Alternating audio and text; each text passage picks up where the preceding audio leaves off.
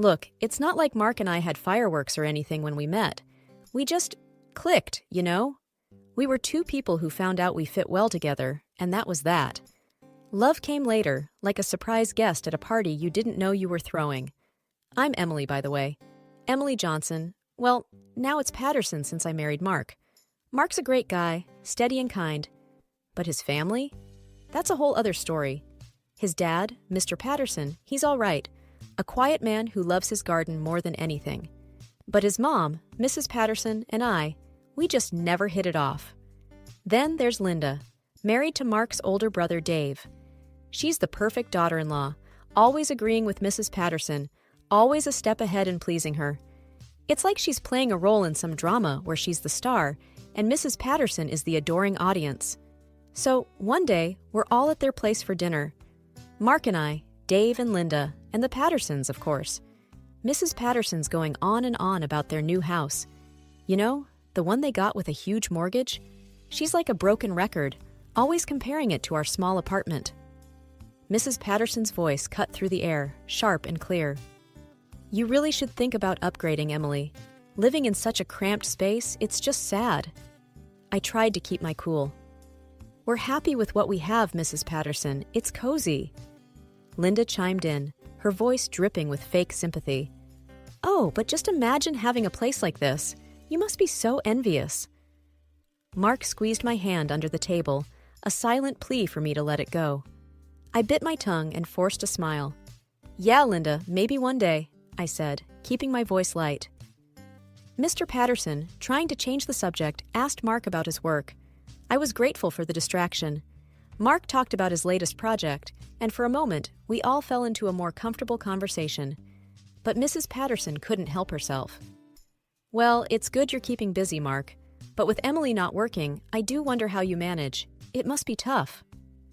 I felt my face flush. Actually, I've been thinking about starting my own business, I said, more to stand my ground than anything else. Mrs. Patterson raised an eyebrow. A business? What can you possibly do? Before I could answer, Linda laughed.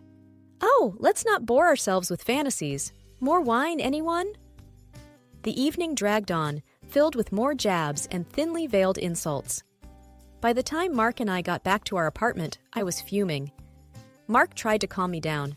Hey, just ignore them. We know what we have, and that's all that matters. I nodded, but inside, I couldn't shake off the feeling of being looked down upon, of being the underdog in a family that thrived on appearances and material wealth. Little did I know, things were about to get a whole lot more complicated. Life's funny, you know? One minute you're thinking you've got it all figured out, and the next, you're wondering how you got stuck in this sitcom of a family drama. That's how it felt every time we visited Mark's parents. Their new house was like a trophy, big, shiny, and always on display. I remember this one Saturday. Mark and I were at our place, enjoying our usual lazy morning routine, when he got a call from his dad, asking if we could come over. I knew what that meant. Another round of show off the house and make Emily feel small. We got there, and Mrs. Patterson was in full hostess mode, guiding us through rooms we'd seen a dozen times already.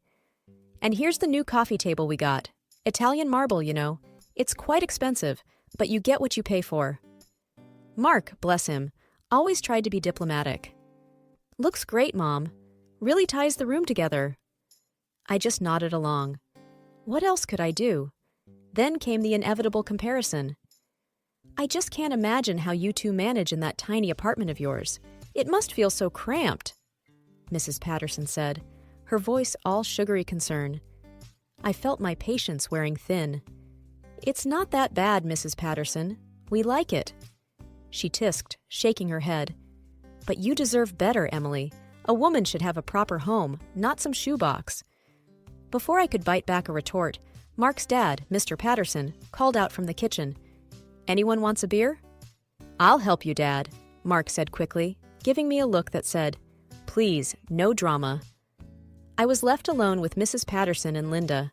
Linda, ever the eager sidekick, piped up. You know, Emily, there's a certain charm to living minimally, but of course, it's not for everyone. Some of us prefer comfort. Exactly, Linda. Comfort and style, Mrs. Patterson added, glancing around her lavish living room. I forced a smile. Well, everyone has their own taste, right? We're happy with what we have. Mrs. Patterson sniffed. Of course, dear. Happiness is all relative after all. The rest of the visit was more of the same subtle digs and not so subtle boasts. By the time we left, I was mentally exhausted. On the drive back, Mark tried to lighten the mood. Hey, don't let them get to you. You know how they are. I sighed, staring out the window. I know, it feels like it's never going to end, you know? Mark reached over and squeezed my hand. We'll get through it. We always do. But as we drove back to our shoebox, I couldn't help but feel a twinge of frustration. Why did it always have to be a competition with them? Why couldn't they just be happy for us as we were? Life's like a roller coaster, they say. You never see the twist coming. That week was one such twist for me. I got a call from my mom, telling me that Grandpa had passed away. I was heartbroken, of course. He was always kind to me, a bit of a silent supporter in my corner. The shock came when we found out he left me a pretty hefty sum, $500,000. I couldn't believe it. Mark was happy for me, in his quiet way. That's great, Em. Grandpa really cared about you. But when we told his family, well, that was a whole different story. We were at another family dinner when I mentioned it, not thinking much of it. Mrs. Patterson's eyes lit up like Christmas lights. $500,000? My word, Emily, that's quite a sum. Linda was quick to add her 2 cents. Oh, the things you could do with that money. But the mood shifted when Mr. Patterson coughed, a deep, rattling sound that had us all looking his way. He waved us off. Just a bit under the weather, that's all. The conversation moved on, but I couldn't shake off the concern for Mr. Patterson. He looked pale, more tired than usual. It was only a couple of days later when we got the news. Mark's voice was somber when he told me, Dad's sick, Em. Really sick. The doctors are saying it's serious. I felt a cold knot in my stomach. How bad? Mark sighed, running a hand through his hair. They're not sure. Could be weeks, maybe less. The news hit the family hard. Mrs. Patterson was a mess, but not in the way you'd expect. It was more about the what now than the what if. We were in their living room, Mrs. Patterson pacing like a caged animal. What are we going to do? The mortgage, the bills. I couldn't believe what I was hearing. Mrs. Patterson, shouldn't we be more worried about Mr. Patterson right now? She rounded on me, her eyes sharp. Of course I'm worried about him, but life goes on, Emily. We have to think about these things. Linda was nodding along, ever the faithful echo. She's right, Emily. It's important to be practical. I looked at Mark, hoping for some support, but he just looked tired, torn between his ailing father and his panicking mother. I bit back any further comments. It wasn't the time or place. But as we left that night, I couldn't help but feel a growing sense of unease. It wasn't just Mr. Patterson's illness that worried me. It was the way Mrs. Patterson and Linda were so focused on the money, the house. It felt like priorities were all wrong, and I had a sinking feeling that things were about to get a lot more complicated. Mark's dad's condition worsened fast. It was like watching a candle flicker out. We were spending more time at their place, trying to be there for him, you know? But Mrs. Patterson, she was a whole different story. Always talking about the mortgage, the bills, as if that was the biggest worry. One evening, we were all there, the whole family. Mr. Patterson was lying in bed, looking frail and tired. Out of nowhere, he asked to speak to Mark alone. Just them two. It was strange, seeing him so serious. Mark looked taken aback, but nodded. Sure, Dad. Let's talk. They went into the bedroom and closed the door. That's when I noticed Mrs. Patterson and Linda. They were like cats who heard a can opener. Their ears practically perked up. What do you think they're talking about? Linda whispered to Mrs. Patterson, not even trying to hide her curiosity. Mrs. Patterson had that look, you know, like she was trying to solve a puzzle. I don't know, but I bet it's about the will or the house. I was standing there, feeling awkward, when Linda turned to me. Emily, you must be dying to know, right? I mean, with your husband being the only son and all. I shrugged, not wanting to play into their game. It's their business. If Mark wants to tell me, he will. But inside, I was curious. What was so important that it had to be said in private? After what felt like ages, Mark came out. His face was unreadable. Mrs. Patterson and Linda pounced like hawks. "Well, what did he say?" Mrs. Patterson demanded. Mark shook his head. "It's personal, Mom. Dad just had some things to get off his chest." Linda tried a different angle. "But it must be about his will, right? Or the house?" Mark's expression didn't change. "Linda, I'm not discussing it. It was a private conversation." The air was tense after that. Mrs. Patterson kept shooting me these looks, like I was hiding something. But the truth was, I knew as little as she did. That night, back at our place, I asked Mark about it. "So, what did your dad want to talk about?" Mark was quiet for a moment. Then he looked at me, his eyes serious. "He's worried, Em. About Mom, the house, everything. He just wanted to make sure I knew what to do, after—" I nodded, understanding. Of course. But deep down, I had this feeling that there was more to it, something Mark wasn't telling me. And whatever it was, I knew it was big. Mr. Patterson's passing hit everyone like a ton of bricks.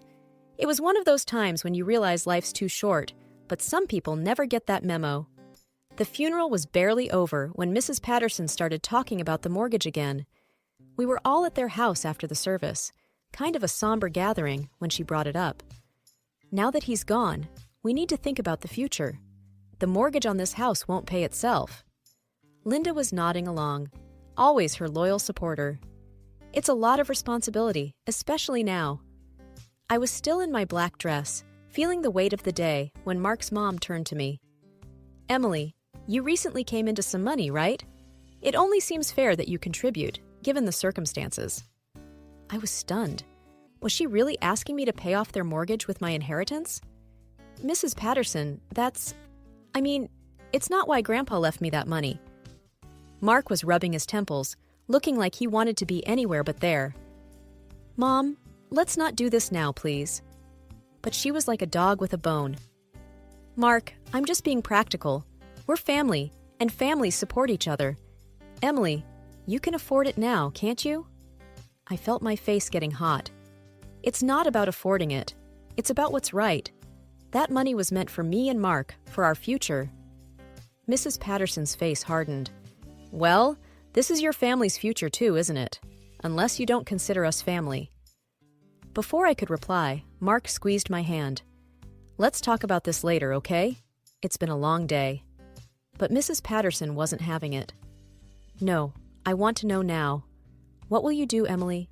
Will you help your family or not?" The room was tense. Linda was watching me like a hawk, waiting for my response. I took a deep breath. We'll think about it, but this isn't the time or the place to decide." Mrs. Patterson seemed somewhat appeased, but her eyes were cold. "Fine, but remember, family is everything. We have to stick together." As we left, I felt Mark's hand in mine, tight and reassuring. But inside, I was reeling. The nerve of her, asking for my inheritance like it was nothing. It felt like she was trying to claim something that wasn't hers, and it didn't sit right with me at all. After much back and forth and a heavy heart, I decided to use my inheritance to pay off the mortgage on Mrs. Patterson's house. It was a decision I didn't take lightly, and I did it mostly for Mark's sake. We were at Mrs. Patterson's house for a dinner she organized to celebrate the mortgage being paid off. The whole event felt surreal, like being thanked for a favor I never wanted to give. As we sat down for dinner, Mrs. Patterson was beaming. "Emily, this is such a generous contribution you've made. We're all deeply thankful." I nodded, a tight smile on my face. "Happy to help, Mrs. Patterson." Then Linda chimed in with her usual saccharine tone. "Really, Emily, you're just too kind." The dinner was awkward but manageable, until Mrs. Patterson stood up with a glass in her hand for a toast. "I have something to announce. Now that the mortgage is taken care of, I've decided to give this house to Dave and Linda." My jaw dropped. "Excuse me? What did you just say?" I expected Mark to be as shocked as I was, but to my surprise, he just nodded and smiled. "Is that so, Mom? Interesting decision." His calm response threw me off. Why wasn't he upset? Mrs. Patterson looked pleased as punch. Yes, it only seems right. They need it more, and after all, Emily, you and Mark are doing fine on your own. Linda's grin was wide, almost gloating. We're just so grateful, aren't we, Dave? Dave nodded, looking like the cat that got the cream. I was fuming, feeling betrayed and used. We paid off this house with my money. How can you just give it away to them? Mrs. Patterson's expression was firm, almost challenging. I'm still the head of this family, Emily. It's my decision to make. Mark's hand on my knee under the table was a silent message to stay calm. His eyes were telling me he had a plan. As the dinner descended into an uncomfortable silence, my mind was racing. What was Mark up to? He clearly knew something I didn't. The look in his eyes was not of defeat, but of someone holding an ace up their sleeve. As we drove back, I turned to Mark. You knew, didn't you? You knew what your mother was going to do. Mark's smile was mysterious. Let's just say, I had a feeling. Don't worry, Em. This isn't over yet. His words were cryptic, but they gave me a glimmer of hope. Maybe, just maybe, we weren't as outplayed as I thought. Sitting in our living room, the tension was thick. Mark finally broke the silence. Em, there's something you should know. About the house. Dad did something before he passed. I leaned forward, my heart pounding. What are you talking about? Mark took a deep breath. Dad knew about Mom's plans with the house. He didn't trust her to do right by us, so he changed the mortgage and the house deed into our names. I was stunned. What? But how? He did it right after he found out about his illness, Mark explained. He wanted to make sure the house went to those who really paid for it. That's us, Em. We own the house now. I couldn't believe it. Mr. Patterson had seen through his wife's intentions and protected us.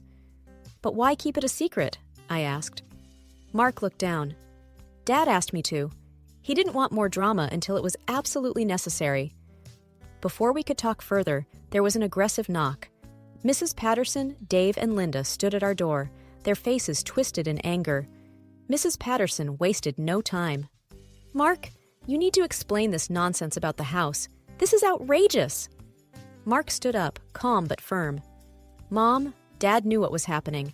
He legally transferred the house to us, the mortgage too. We paid it off, so now it's ours by law. Their reactions were explosive. Mrs. Patterson's face turned red with fury. That's impossible. He would never do that to me. Linda was almost hysterical. This is a lie. You're trying to steal our inheritance.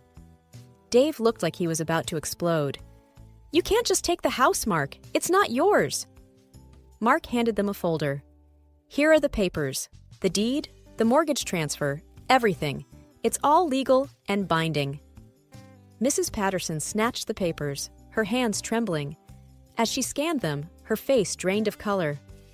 This is a trick. You must have forced him, she screamed. No, Mom. Dad was clear-headed. He did this to protect what's fair, Mark replied, his voice steady. The argument went on, their accusations filling the room. But the truth was in black and white. The house was legally ours. You've torn this family apart, Linda yelled, tears streaming down her face. Mrs. Patterson turned to me, eyes filled with hatred. You've done this, Emily. You and your money. But I stood my ground, feeling a sense of justice. No, Mrs. Patterson, this was Mr. Patterson's decision. He wanted to right a wrong. Eventually, they left, seething with anger and disbelief. The door closed behind them, leaving us in a bittersweet silence. We had the house, but at what cost? Yet, in my heart, I knew we had honored Mr. Patterson's wishes. He had given us a home, and in doing so, had also given us a new start. We thought the worst was over until Dave, red-faced with anger, burst into our house a few days later. You think you've won, huh? Dave was practically shouting. Dad paid a chunk of the mortgage before he died, $100,000. That means part of the house belongs to us. Mark remained calm, something I'd always admired about him. Dave, Dad thought of that. He asked me to deposit an equivalent amount into a separate account in case of disputes. I was standing in the corner, watching the scene unfold. Dave, his face a mix of anger and confusion, and Mrs. Patterson, who had followed him in, looking like a thundercloud. "What? That's preposterous," Mrs. Patterson stammered. Mark continued, "The $100,000 will be divided among the heirs, you, Mom, and me. That was Dad's wish." Mrs. Patterson was shaking with rage. "This is a trick! You're manipulating everything! You've always been cruel and selfish!" Linda, tears streaming down her face, joined in. "How can you do this to your own family? It's heartless!" The air was thick with tension and accusations. I felt a surge of courage and stepped forward. "Enough!" I raised my voice, something I rarely did. "This is our home. Dad made his decision, and it's legal. It's time you all accept it." Dave was seething. "This isn't the end, Mark. We won't let this go." Mark's response was firm, yet calm. "You do what you need to, Dave. But this was Dad's decision. We're just honoring it." The confrontation ended with Mrs. Patterson, Dave, and Linda leaving our house, their threats and accusations still hanging in the air. As the door closed behind them, Mark and I were left in the quiet of our home, a mixture of relief and sadness in the air. Mark wrapped his arms around me. "I'm sorry you had to go through all this, Em." I leaned into his embrace. "It's not your fault. We did what was right." We stood there for a moment, in the home that had caused so much turmoil, but was now truly ours. The story ends with us, living peacefully in the house, while Mrs. Patterson moved in with Dave and Linda in their small apartment. It wasn't an easy victory, and the family ties were strained, but we had each other and a home that was ours, fair and square. That was enough for us.